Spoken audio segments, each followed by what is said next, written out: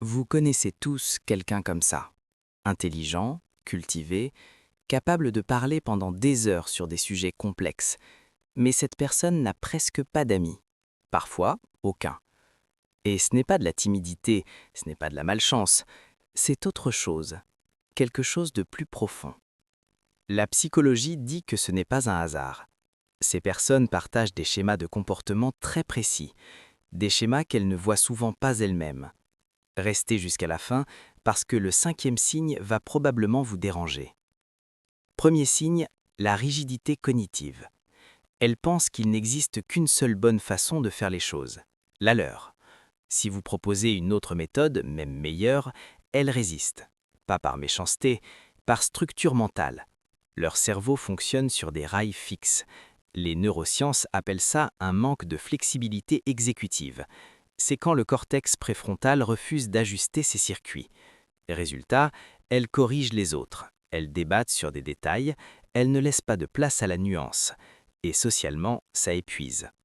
Les gens fuient ceux qui ne respirent pas. Deuxième signe, l'absence totale d'auto-observation. Elles ne se voient pas agir, elles analysent tout le monde, sauf elles-mêmes. C'est ce qu'on appelle en psychologie le biais de l'angle mort.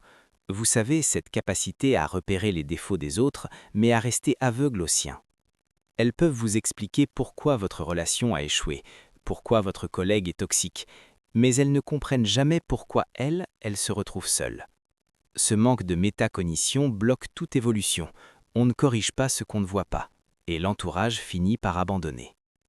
Troisième signe, elles méprisent l'émotion. Pour elles, l'émotion c'est faible, c'est irrationnel. Elles valorisent la logique pure, le raisonnement, les faits. Mais l'amitié, ce n'est pas un débat, c'est de la chaleur, de l'empathie, de la connexion. Les recherches en neurosciences affectives montrent que l'intelligence émotionnelle active des zones cérébrales totalement différentes du QI classique. Ces personnes ont un QI élevé, mais un quotient émotionnel faible. Elles ne savent pas lire les silences. Elles ne sentent pas quand quelqu'un a besoin de soutien, pas de solution. Alors elles répondent à côté. Encore et encore, jusqu'à ce que l'autre ne revienne plus. D'ailleurs, si vous commencez à reconnaître certains de ces signes, attendez de voir le dernier. Celui-là, personne ne veut l'admettre. Quatrième signe, elles intellectualisent tout, même les relations humaines. Elles cherchent la logique derrière chaque interaction. Pourquoi un tel a dit ça, quelle stratégie sociale il utilise, quel avantage il cherche. C'est une forme de suranalyse pathologique.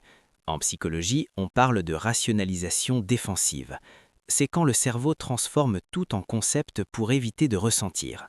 Mais les amitiés ne se construisent pas sur des théories, elles se construisent sur des moments, des rires, des silences partagés.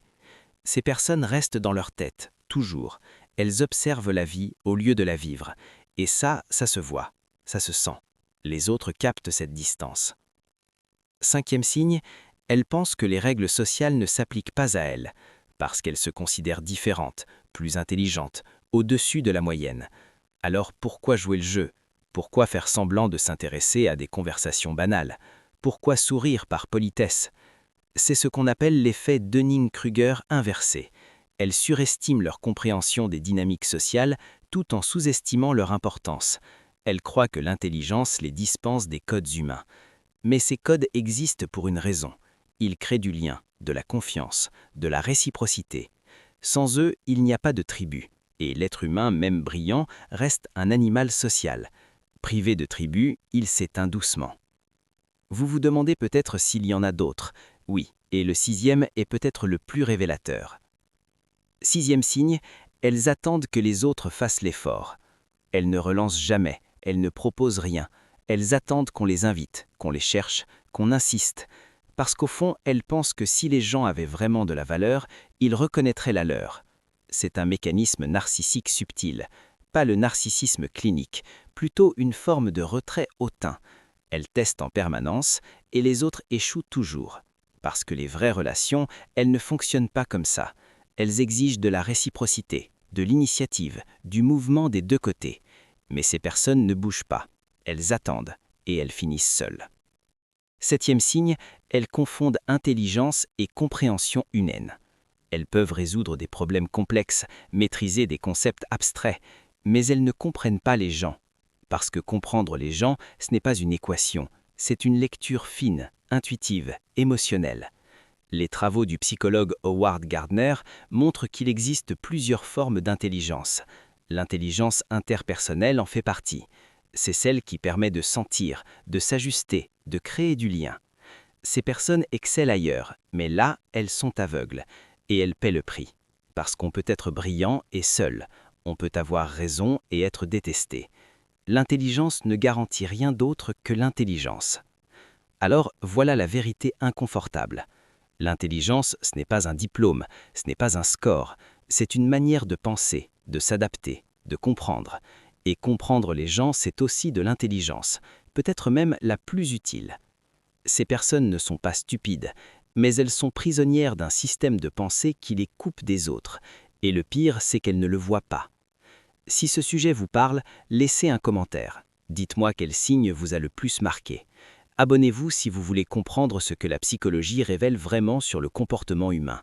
Et aimez cette vidéo si vous pensez que quelqu'un devrait l'entendre. Parce que parfois, la solitude n'est pas une fatalité, c'est un miroir.